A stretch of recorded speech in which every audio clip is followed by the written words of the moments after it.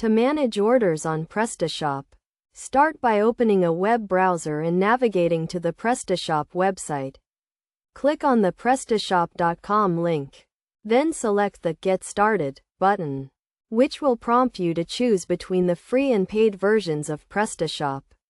Once you've made your selection, follow the installation process on the website to gain access to the files.